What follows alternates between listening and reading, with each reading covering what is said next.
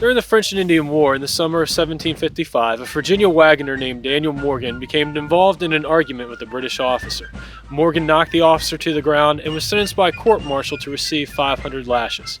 Miraculously, Morgan remained conscious through the ordeal and counted along with the drummer. According to Morgan, the count came up one short, and forever after the British owed him one lash.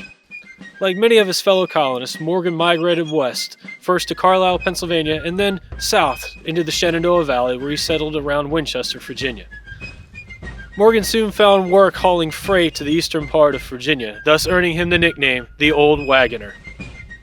Morgan continued to serve in the French and Indian War, despite the punishment he received at the hands of the British. Morgan joined a company of Virginia Rangers and barely escaped death in the spring of 1756 during an ambush where he was shot in the face.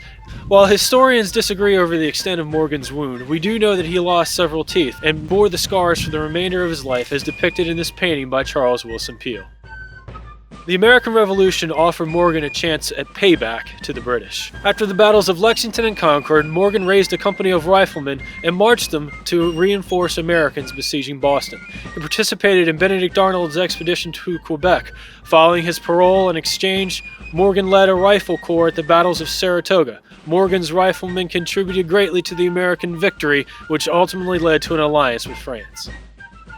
Due to his common social stature, Morgan was unable to obtain a promotion and returned home after his resignation in the summer of 1779. When news arrived of the American disaster at the Battle of Cowpens, Morgan left Winchester without a command and without a commission and returned to the field, this time with the Southern Department.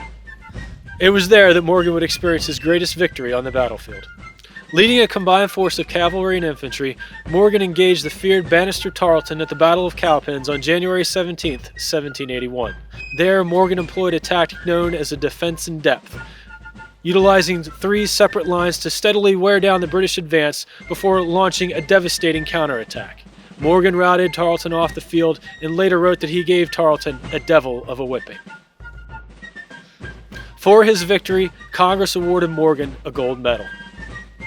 After the war, Morgan returned to Winchester. He took up farming, at one point owning over 250,000 acres of land, returned to service during the Whiskey Rebellion, and served a term in the House of Representatives.